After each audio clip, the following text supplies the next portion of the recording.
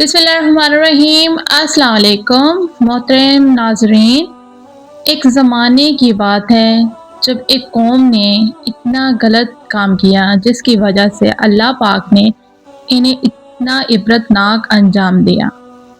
یہ اس قوم کی بات ہے جس نے اپنے وحشی پن کو غلط جگہ استعمال کیا، جس نے اپنی جنس پرستی کے لیے غلط راہ استعمال کی جو ہمارے اسلام میں بالکل بھی جائز نہیں تھی۔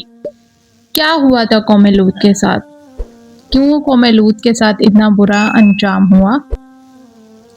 ان کے معاشرتی حالات، اخلاقی ازواج، حضرت لوط علیہ السلام کی دعوت، جدوجہد، عذاب سے پہلے کے واقعات اور آخرکار آنے والی الہی عذاب تک کا پورا منظر ہم آپ کو اس ویڈیو میں بیان کریں گے تاکہ آپ آسانی سے سمجھ سکیں کہ قوم لوط کون تھی۔ اللہ کی رحمت و ہدایت کے ساتھ ہم اس قصے کا مطالعہ کریں گے جو انسانی تاریخ کے محکمین ترین اور عبرت آموز واقعے میں سے ایک ہے۔ قوم لوط کا واقعہ صرف ایک زمانہ قدیم کا قصہ نہیں بلکہ ہر دور کے انسان کے لیے نصیحت ہے۔ جب معاشرہ ظلم، بدی اور ساری فطری حدوں سے تجاوز کر جاتا ہے تو اس کے نتائج کیا ہوتے ہیں؟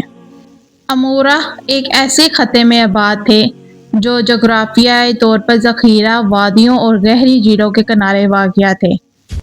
آثار قدیم اور روایت کے مطابق یہ علاقے تجارتی راستوں کے کنارے تھے جہاں دولت اور آسائش آتی گئی۔ لوگ خوشحال، طاقتور اور مادی طور پر مضبوط تھے۔ طبعی طور پر امن و شان شوکت نے لوگوں کا دل نرم نہیں کیا بلکہ غرور اور تکبر میں بدل دیا۔ دولت نے انہیں منکسر کرنے کی بجائے مغرور کر دیا۔ انہوں نے اپنی دنیا کو مذکر کائنات سمجھ لیا اور اللہ کے اس احکامات نبوت کی ہدایت کو نظر انداز کر دیا۔ معاشرتی ڈھانچہ بدلا، انصاف کا معیار کم ہوا، مہمان نوازی مند پڑ گئی اور حقوق انسان پامال ہونے لگے۔ قوم آدم کے گناہ صرف ایک صنف یا ایک فعل تک محدود نہیں تھے، ان کی بدکاری کے درج ذیل پہلو خاص طور پر قبل ذہن ہے۔ علاقہ یا جنسی پیرا روی، شہوت اور فحاشی کو کھل کر کرنا انہوں نے اپنایا۔ نوجوانوں اور مردوں اور خواتین کے درمیان فطری حدود پامال ہوگی۔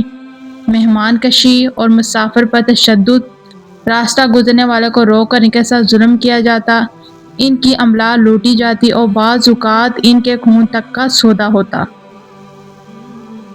عدل و انصاف کا زوال، طاقت طبقہ اپنے مفاد کے مطابق عدالتی فیصلے بناتا، کمزور کا استحقاق ضائع ہوتا اور کسی بھی قسم کی شرائط یا اخلاقی حدود کی پاسداری نہ ہوتی۔ نبی کی مخالفت اور گستاخی، جب حضرت لوط علیہ السلام نے نصیحت کی تو ان کے الفاظ کا مذاق اڑایا گیا، ان پر طعنہ کسے گئے اور انہیں دھمکیاں دی گئیں۔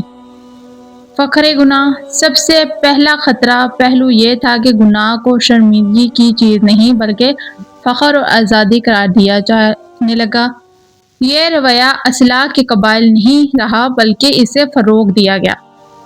یہ سب مل کر ایک ایسے معاشرے کی تشکیل کرتے ہیں جو سماجی، اخلاقی اور روحانی اعتبار سے مکمل طور پر برباد ہو چکا تھا۔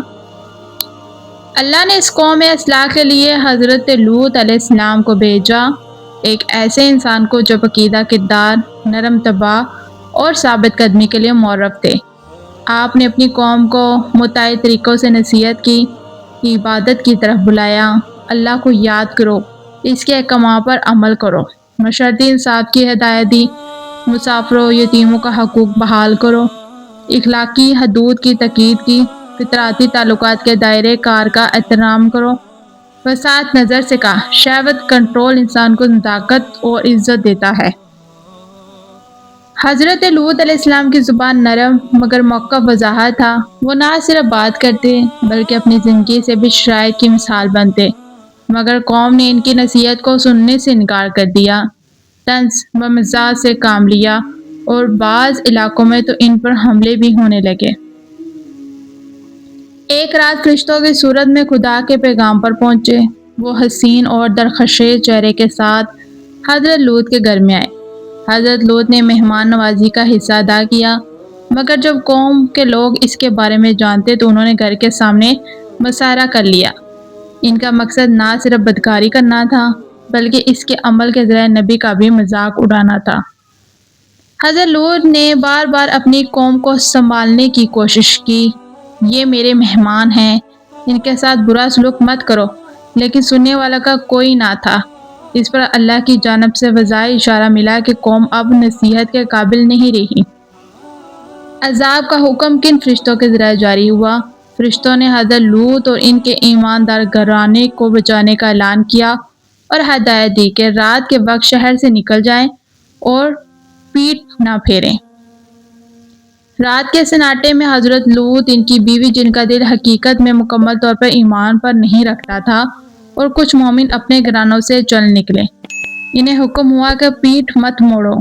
انہوں نے حکم سنا، مگر حضرت لوط کی بیوی جو قبلی طور پر اپنی قوم کے ساتھ وابستہ تھی، رک کر دیکھنے لگی۔ اس کی ایک نظر نے اس عذاب میں مبتلا کر دیا۔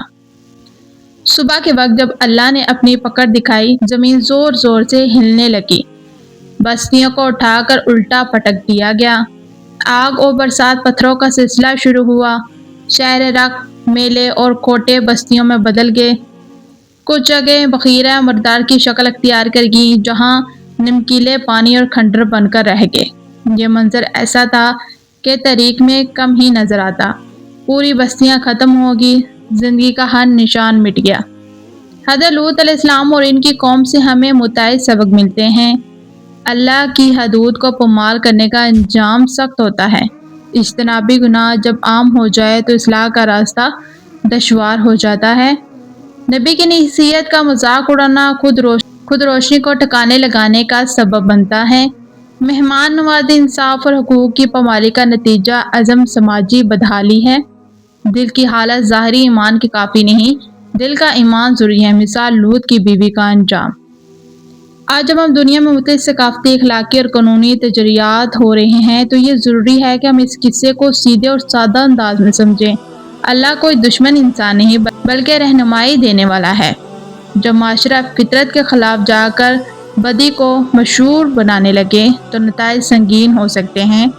اس سے یہ مراد ہرگز نہیں کہ ہر فرد یا معاشرتی تحریک کو صرف نام کی بنیاد پر ملزم ٹھہرایا جائے، مگر عمومی حکومت یہ ہے کہ جب برائیاں بڑھیں تو سماج بگڑ جاتا ہے اور کمزور طبقات متاثر ہوتے ہیں۔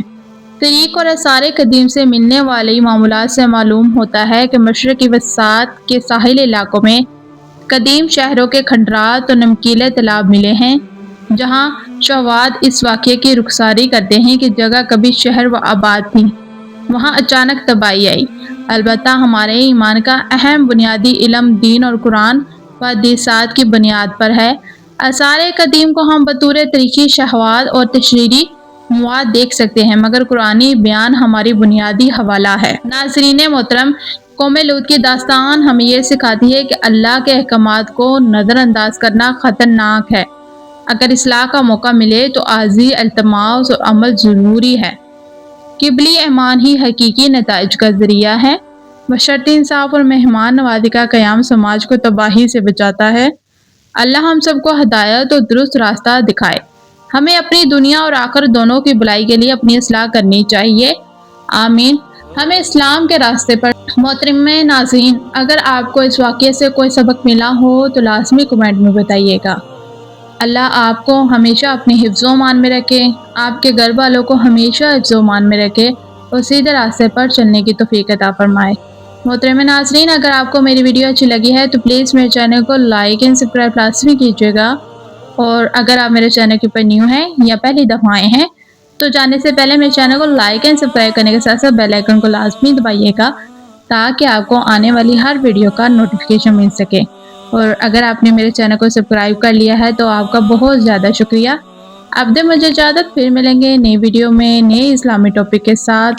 اللہ حافظ۔